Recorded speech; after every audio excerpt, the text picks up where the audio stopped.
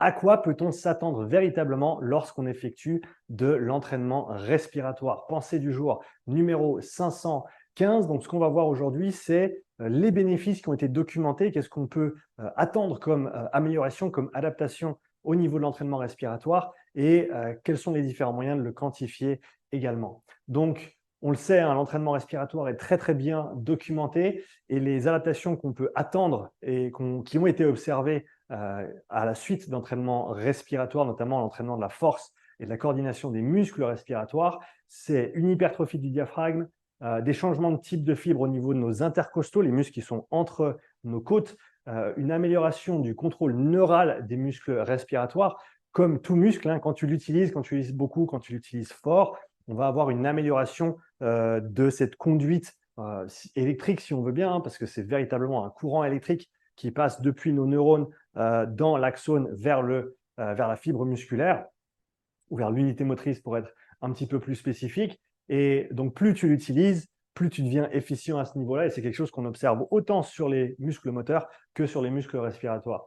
On a, avec l'entraînement respiratoire, une augmentation de l'économie des muscles respiratoires, c'est-à-dire qu'ils vont devenir plus forts et ils vont aussi te coûter moins à l'effort. D'accord? En sachant que ce n'est pas négligeable ce que consomment les muscles respiratoires, notamment le diaphragme, à haute intensité. On verra ça sur la prochaine slide. Et donc ça, c'est quelque chose qu'il faut considérer.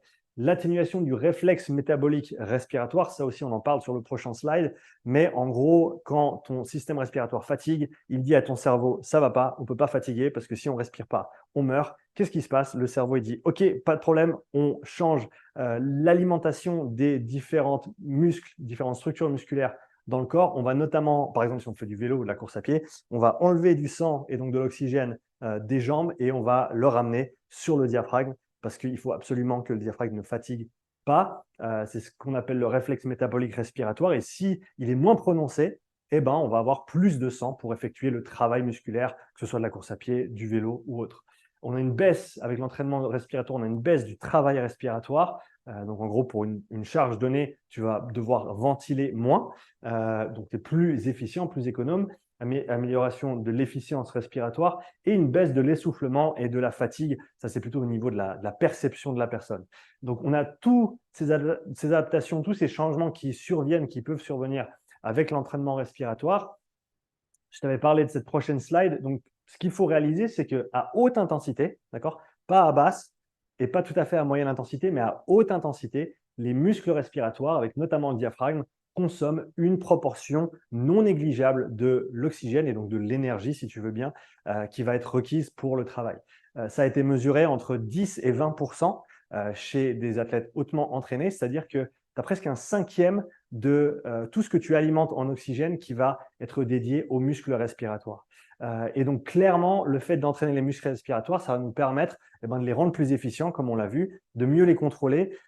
Et en termes de bénéfices directs de l'entraînement respiratoire, pour répondre à la question de la pensée du jour, ce que j'ai eu le plus souvent comme retour des personnes qui ont effectué cet entraînement respiratoire, c'est avant tout un retour positif sur le contrôle de la respiration.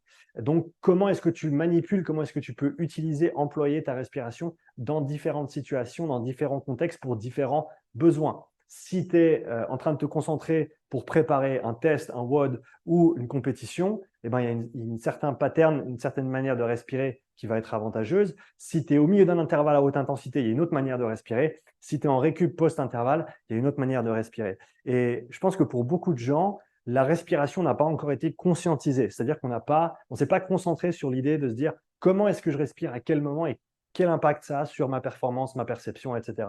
Et au-delà des quantifications à proprement parler des progrès, comme on a vu hypertrophie du diaphragme, baisse de consommation d'oxygène des muscles respiratoires, toutes ces choses-là, c'est des choses qu'on peut mesurer en labo, mais c'est très, très compliqué, c'est très pointu. C'est clairement des choses pour lesquelles moi, je n'ai pas les compétences ni le matériel. Mais ce qui revient encore et encore, c'est vraiment ce contrôle, cette coordination respiratoire. Et tu me diras, ouais, mais Sean, ce n'est pas super scientifique. Bah, je te dirais, à l'heure actuelle, avec les outils qu'on a, c'est le mieux qu'on puisse faire. Et si quelqu'un fait un entraînement et me dit à l'issue de cet entraînement, je sens que je contrôle mieux, je sens que je peux mieux manipuler, je sens que je suis moins dans le mal quand je suis à haute intensité parce que je contrôle ma respiration, ben, pour moi, ça reste un signe intéressant de l'amélioration de cette coordination respiratoire. Il faut se dire que pour beaucoup, la respiration, c'est comme quelque chose qui n'a pas vraiment été touché, pas vraiment été exploré. Donc, on a l'impression que sur le champ de possibilités qu'on a, c'est juste un tout petit point.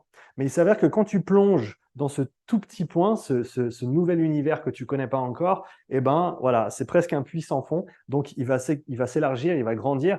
Et au final, je pense que c'est une des choses qui est les plus intéressantes avec cet entraînement respiratoire, c'est que pour toi, la respiration passe de ce petit point que tu vois à peine dans ton champ de possibilités d'entraînement et que ce point devienne beaucoup plus important en termes de place, de taille et d'options que tu aurais aussi pour le manipuler et pour en bénéficier au niveau de tes entraînements, de tes performances, ta récupération, etc.